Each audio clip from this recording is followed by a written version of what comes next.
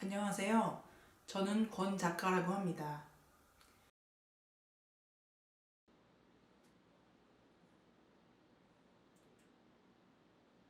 안녕하세요. 권 작가입니다. 저는 직접 찍은 사진을 바탕으로 다양한 사진을 합성하여 디지털 아트워크를 만드는 미술 작가고요.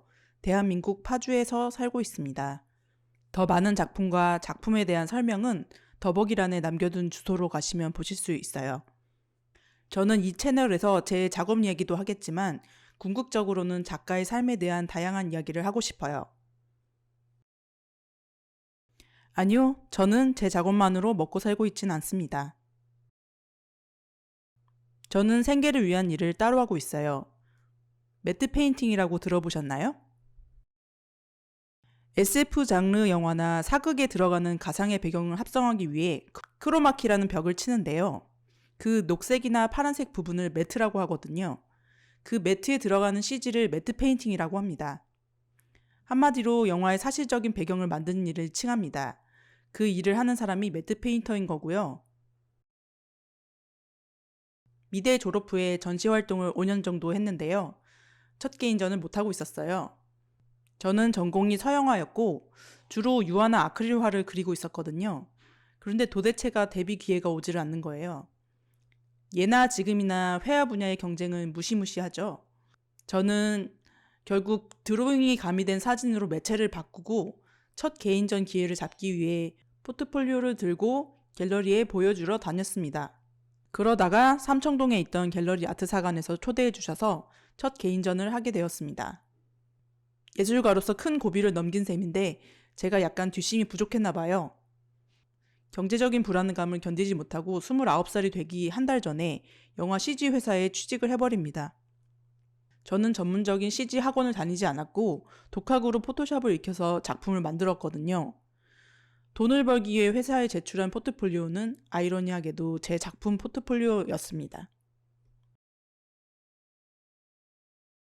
그렇게 29살에 처음 회사 생활을 시작하게 됩니다. 처음엔 작업을 병행하려는 계획이었습니다. 아주 야심찬 계획이죠? 하지만 야근이 일상인 CG 회사의 말단 사원은 주말에 작업은커녕 잠을 보충하기에 바빴죠. 그렇게 6년간 풀타임 회사원으로 살았습니다. 그리고 퇴사 후 남은 것은 턱 부위에 생긴 부은 림프와 높은 요산 수치, 자도 풀리지 않는 만성 피로, 약간의 통장 잔고였습니다. 하나 더 엄청난 것이 마치 사리처럼 남았죠. 바로 기술이었습니다. 제 몸을 갈고 갈아서 획득한 포토샵 실력이 남았습니다.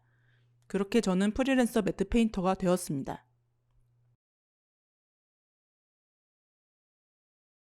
신기하게도 지인을 통해 외주 일이 아름아름 들어오더라고요. 6개월 정도 놀다 보니 슬슬 통장 잔고도 바닥을 보이고 그렇게 일을 받아서 하다 보니 먹고 살만하게 일감이 들어오는 날도 오더라고요. 그렇게 일을 받으면서 제 작업도 다시 재개했는데 업그레이드된 포토샵 실력 덕분에 신나게 만들었답니다. 그 작업이 데이드림 시리즈입니다. 그렇게 순수 미술 활동과 상업 미술 외주 작업을 동시에 진행하는 삶이 시작되었어요. 돈의 흐름은 외주 작업으로 번 돈을 순수 미술 작업비로 쓰는 구조이지요.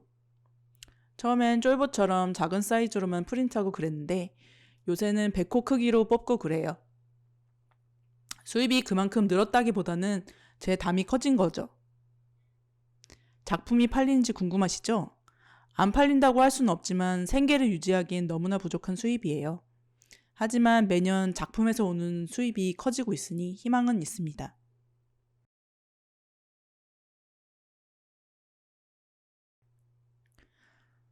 저는 정신의 만족은 미술 작업으로, 생활의 안녕은 외주 작업으로 도모하는 것 같아요.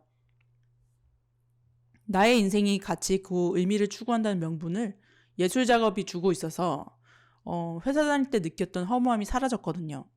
대신 회사에서 얻을 수 있었던 안정감과 소속감은 없어졌지만 프리랜서로 일하면서 성취감과 경제적 만족은 어느 정도 채워지는 구조예요. 대부분의 사람들이 한 가지 직업에서 명분과 경제적 대가를 동시에 추구하는데 전 아예 분리해서 받아들이는 것이 다르다고 볼 수 있어요. 굉장히 바쁘고 마치 저글링 하듯이 아슬아슬하게 유지할 때 많지만 현재로서는 최선이라고 생각합니다. 작업과 돈벌이의 분리, 여러분도 긍정적으로 생각해 보시기 바랍니다. 작업은 더 순수해지고 돈벌이는 더 치열해집니다. 부작용은 자아 캐릭터가 분리되다 보니 조금 헷갈릴 수도 있겠죠?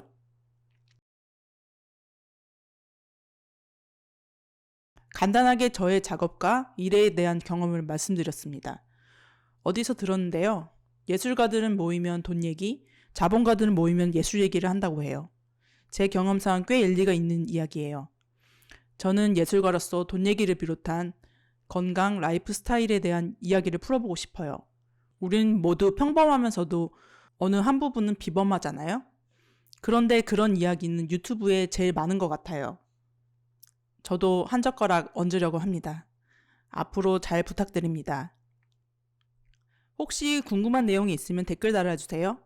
그럼 우리 다음 영상에서 또 만나요.